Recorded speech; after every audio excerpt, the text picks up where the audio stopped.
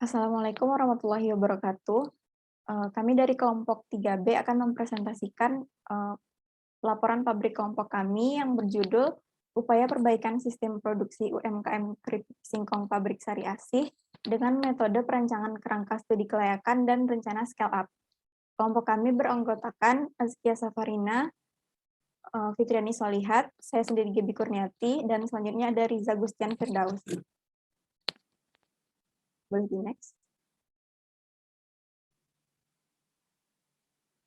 Untuk pendahuluannya, UMKM Sari Asih adalah industri yang bergerak dalam bidang pangan yang bertempat di Jalan Cijati, RT 01 RW 04 nomor 72 Desa Cilenyi Kulon. Produk yang dijual oleh UMKM ini adalah keripik singkong dan juga combreng. Latar belakang berdirinya UMKM Sari Asih sendiri berawal dari Bapak Nana selaku pemilik usaha yang dulunya pernah bekerja di pembuatan keripik singkong juga. Selanjutnya.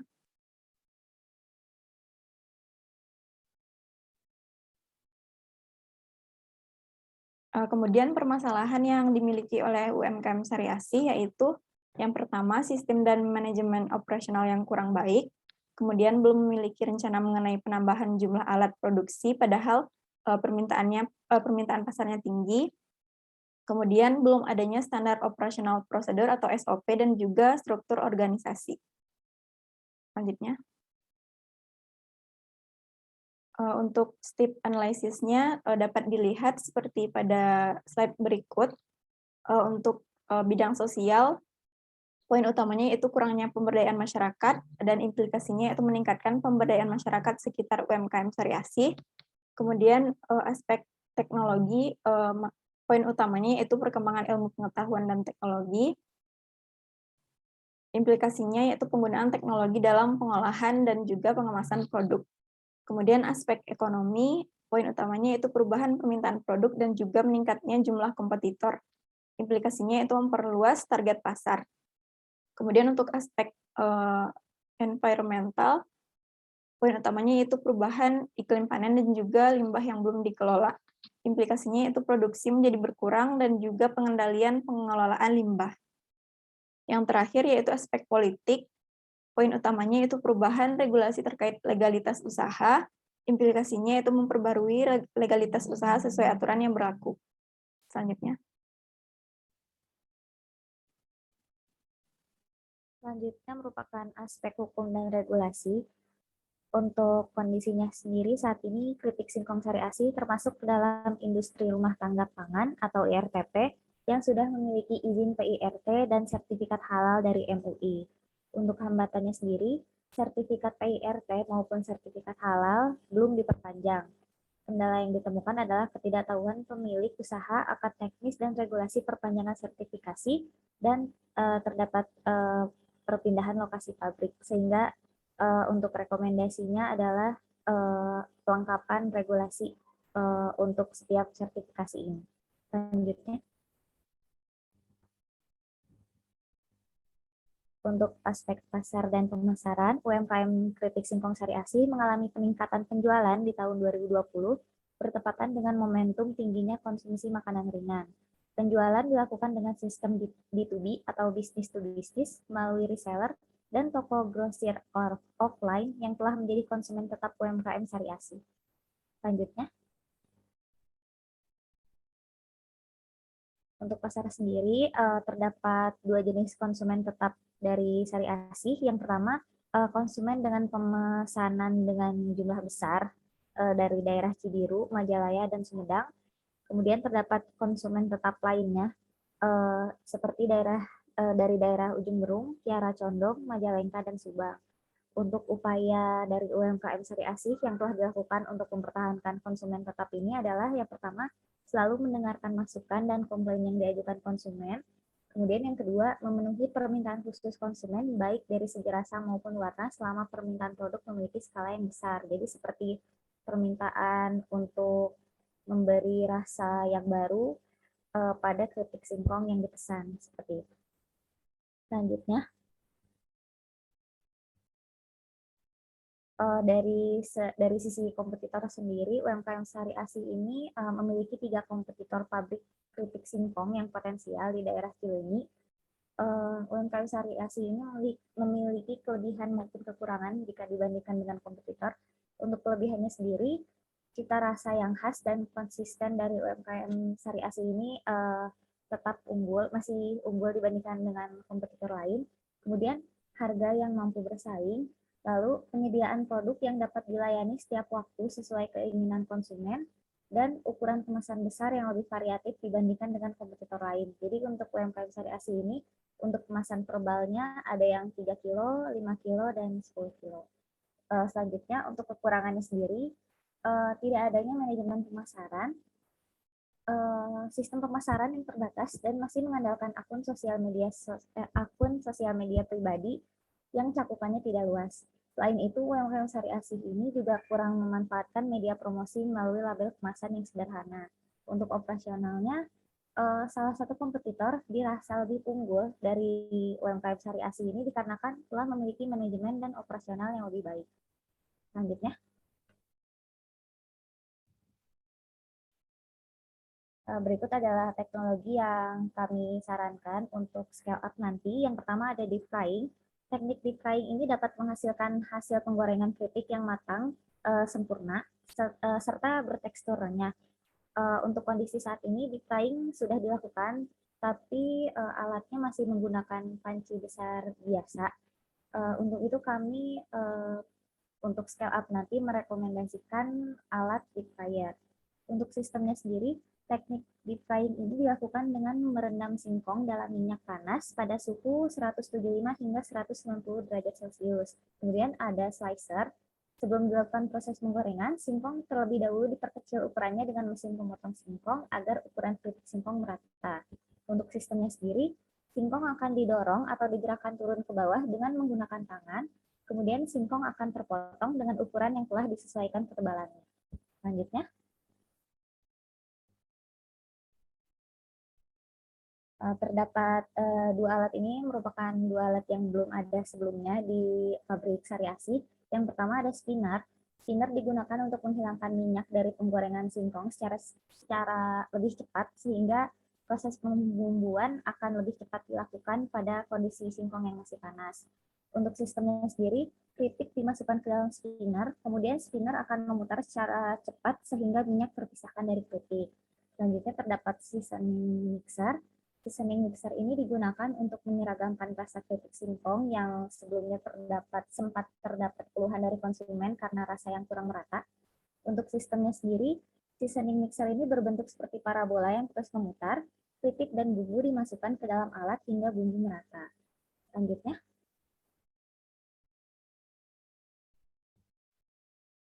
terdapat pengelolaan limbah. Untuk limbah utamanya sendiri dari Sari Asih ini ada kulit singkong dan minyak goreng.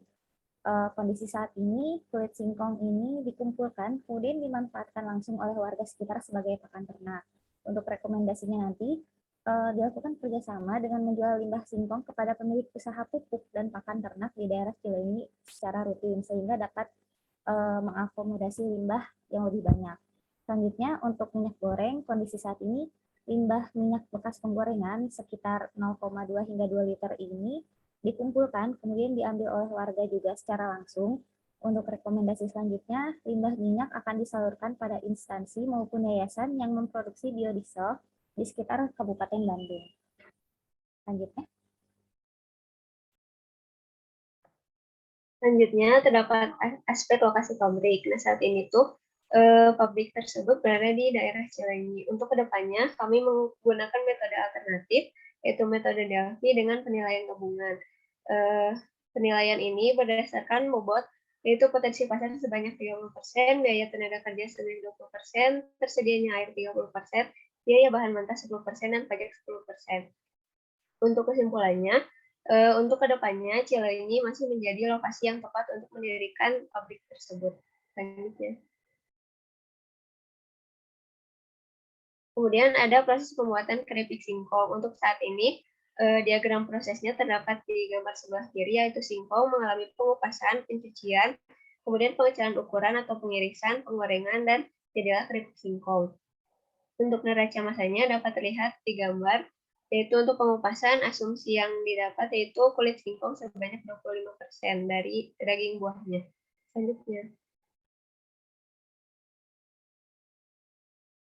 Selanjutnya untuk proses pengupasan, sendiri, untuk proses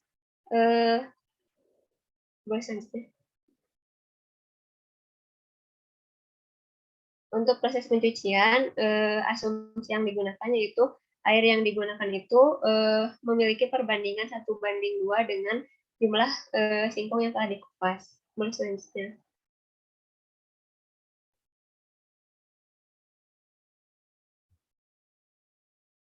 Selanjutnya untuk pengecilan ukuran memiliki asumsi yaitu terjadi berat susut yang hilang selama pengecilan ukuran selama 5%, yang dapat terjadi karena singkong yang terlalu hancur dan menempel pada mesin. Selanjutnya.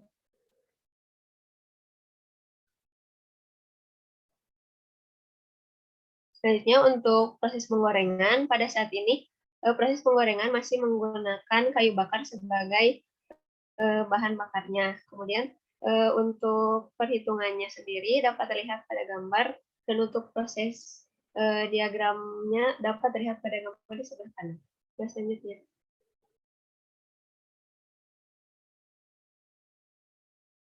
Ini untuk neraca energi pada pembuatan keripik singkong saat ini. Yang pertama itu ada proses pengecilan ukuran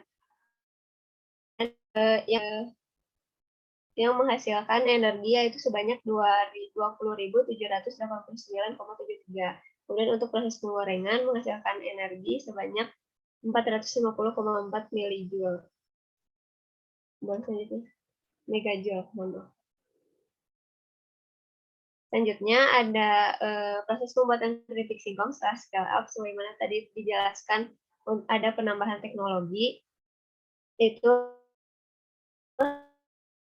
kemudian pengecilan menggunakan slicer, kemudian dengan metode deep frying, kemudian penirisan dengan menggunakan alat yaitu spinner, kemudian pembumbuan, pengemasan, dan jadilah keripik singkong yang siap dijual. Nah, untuk neraca masanya, untuk pengupasan sendiri asumsinya sama, yaitu persentase kulit singkong sebanyak 25%. Untuk pencucian asumsi air yang digunakan itu 2:1 dengan jumlah singkongnya. Kemudian untuk pengecilan ukurannya diasumsikan terjadi berat susut selama proses pengecilan ukuran sebanyak 5%. Selanjutnya. Selanjutnya untuk proses penggorengan sendiri dengan metode deep frying, kami merekomendasikan untuk menggunakan gas sebagai bahan bakarnya sehingga diganti dari asalnya kayu bakar menjadi gas. Ini untuk perhitungannya. Boleh selanjutnya.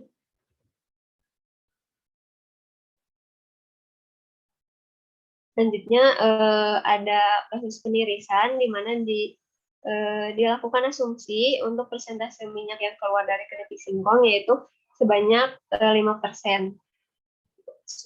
Untuk pembumbuan sendiri itu ditambahkan keripik singkong dengan bumbu dan menghasilkan keripik singkong sebanyak 250 kg per 1 minggu.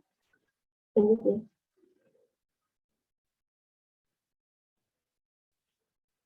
Selanjutnya ini adalah untuk neraca energi. Yang pertama itu untuk proses pemisahan ukuran membutuhkan energi sebanyak 44.370 kilojoule. Kemudian untuk penggorengan sebanyak 496,1 megajoule. Selanjutnya.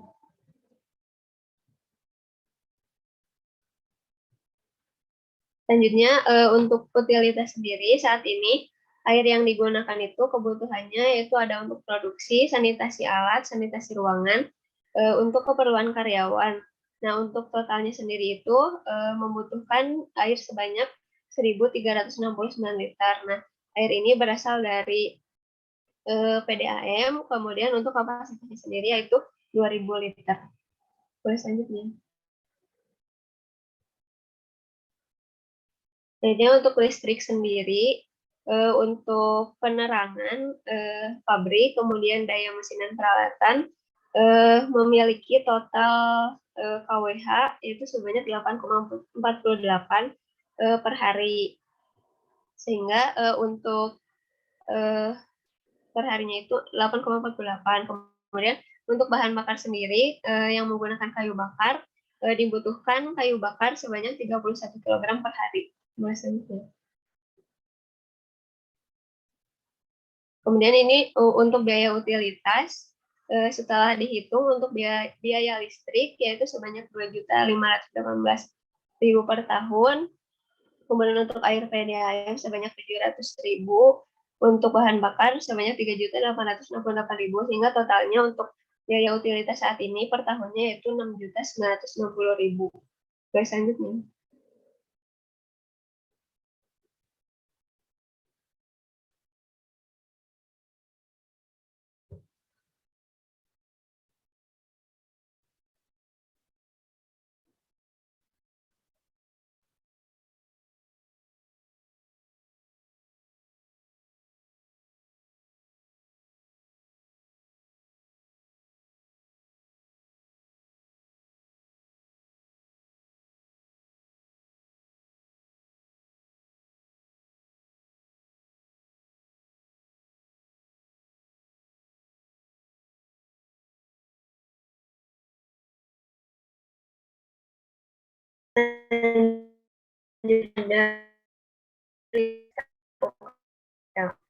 Yang pertama itu sama pengeluaran karyawan. Untuk kebutuhan air sendiri yaitu 2.574 liter, sehingga dilakukan fasilitas penampung air sebanyak 4.000 liter. Selanjutnya.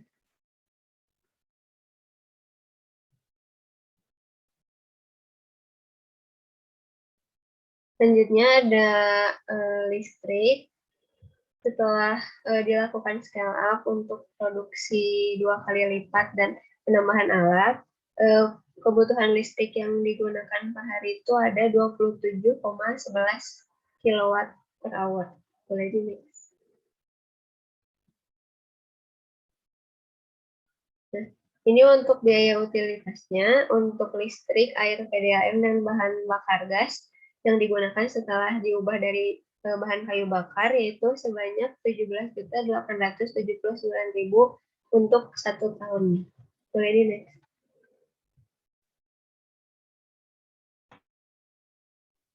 Selanjutnya terdapat struktur organisasi UMKM Syariah ASI. Di sini ada diketuai oleh pemilik, kemudian terdapat kepala bagian dari pemasaran, produksi, dan bagian gudang yang bertanggung jawab atas pelaksanaan dan pengawasan SOP di divisinya masing-masing. Selanjutnya.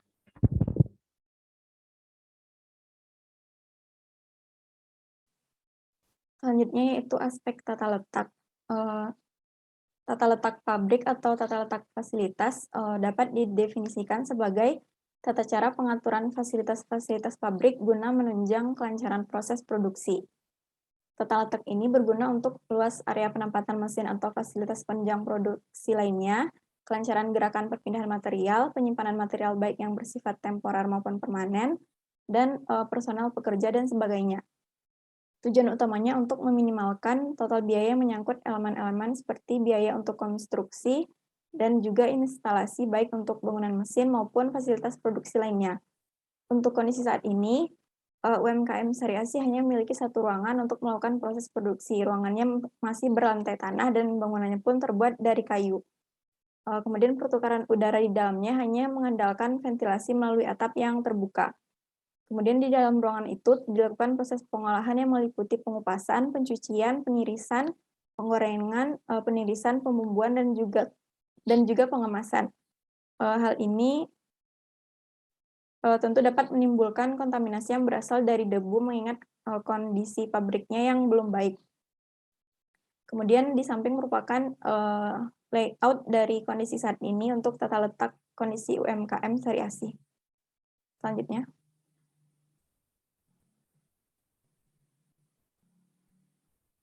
Untuk rekomendasi scale up-nya, perencanaan tata letak yang kami desain meliputi 12 departemen dengan luas kurang lebih 200 meter kuadrat. Departemen tersebut meliputi penyimpanan bahan baku, pengupasan, pencucian, pengirisan, penggorengan, penirisan, pembumbuan, pengemasan, penyimpanan produk jadi, limbah, kantor, dan juga ruangan karyawan. Desain layout ini dibuat menggunakan block plan, di mana block plan merupakan program yang dikembangkan untuk perencanaan tata letak fasilitas menggunakan algoritma hybrid yang menggabungkan antara algoritma konstruktif dan algoritma perbaikan. Fungsi tujuan dari block plan adalah untuk meminimasi jarak antara fasilitas atau memaksimalkan hubungan kedekatan antar fasilitas. Selanjutnya. Berikut merupakan 3 buah layout untuk scale up pabrik yang merupakan hasil rekomendasi dari block plan. Selanjutnya.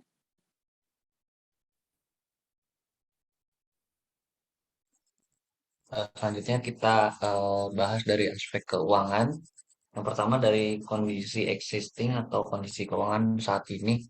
Jadi tanahnya itu ada seluas 200 meter persegi dikali 1 juta, jadi asetnya itu 200 juta dan juga memiliki bangunan 4 juta per meter persegi. Dikalikan dengan 200 meter berarti menjadi 800 juta. Oke, kemudian ada biaya variabel dan juga fixed cost, yang mana total untuk fixed cost atau alat-alat itu berapa ini ya? 11.870.000. Kemudian untuk variabelnya 9.449.707.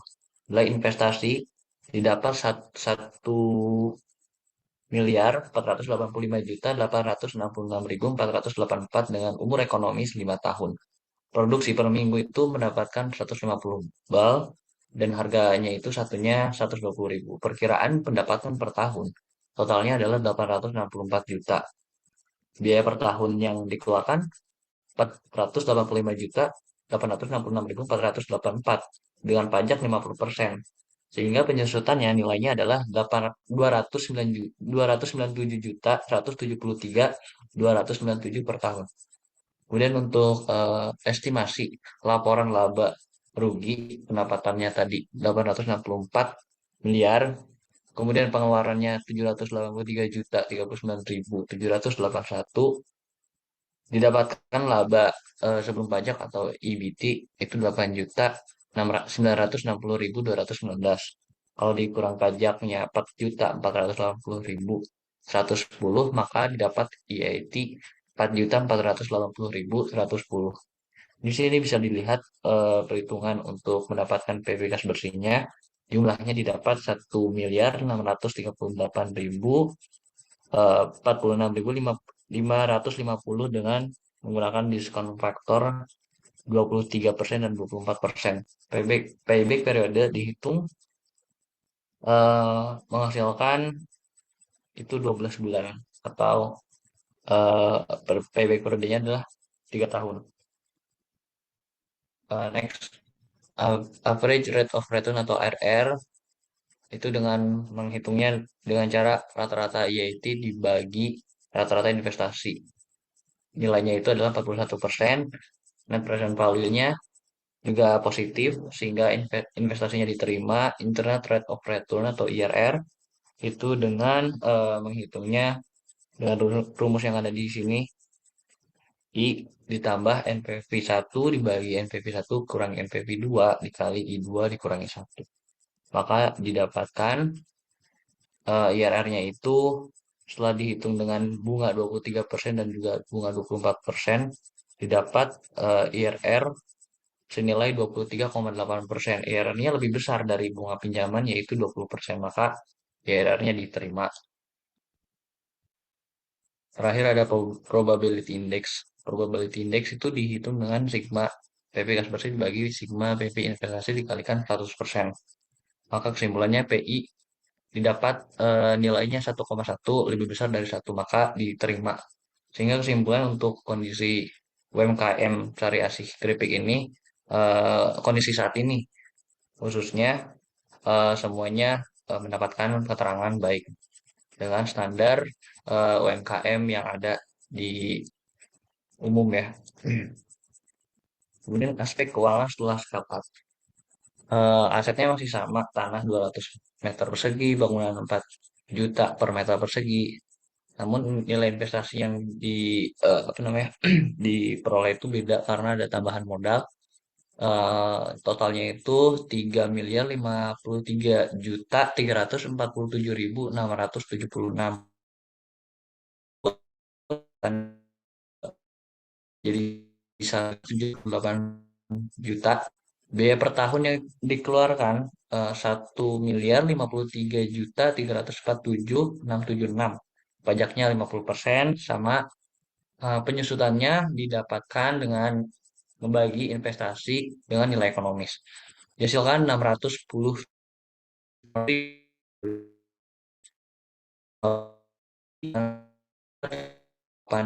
dan pengeluarannya 1.664.000.000.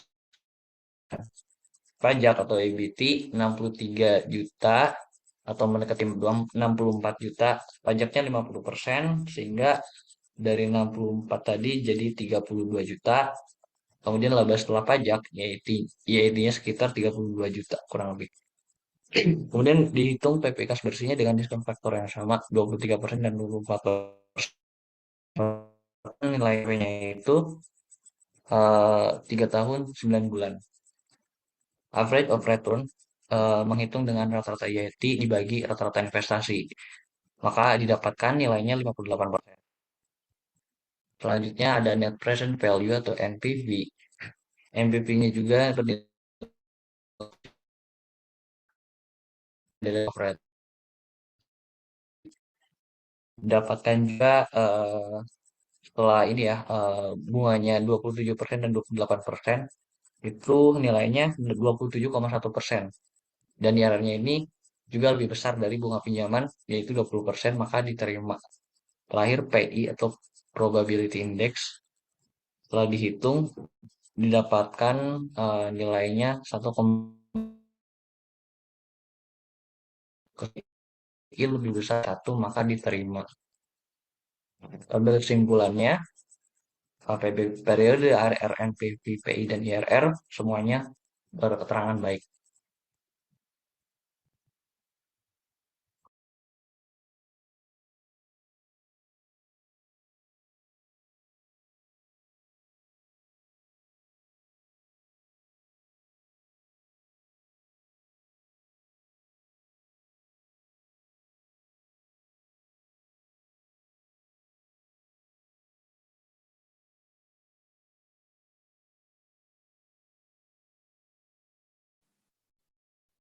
Berikut merupakan kesimpulan dari presentasi kami, yaitu yang pertama, UMKM Sari Asih berlokasi di Desa Cilenyi Kulon dan telah berdiri sejak tahun 2003 dengan produk berupa keripik singkong dan combreng.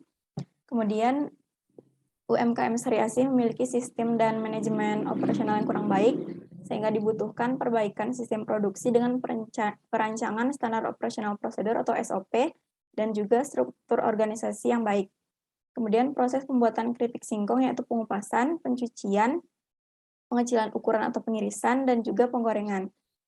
Selanjutnya, UMKM Sari Asih termasuk ke dalam industri rumah tangga pangan atau IRTP yang sudah memiliki izin PIRT dan sertifikat halal dari MUI, namun saat ini belum diperpanjang.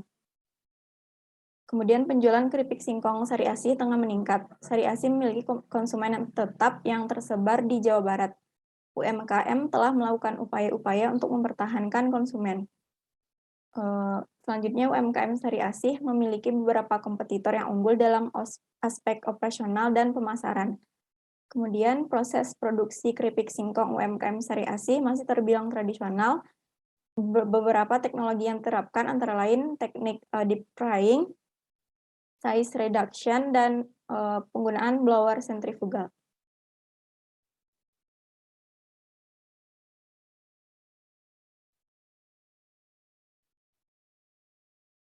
Baik, sekian dari kelompok kami. Mohon maaf apabila terdapat kesalahan dan kekurangan. Terima kasih. Assalamualaikum warahmatullahi wabarakatuh.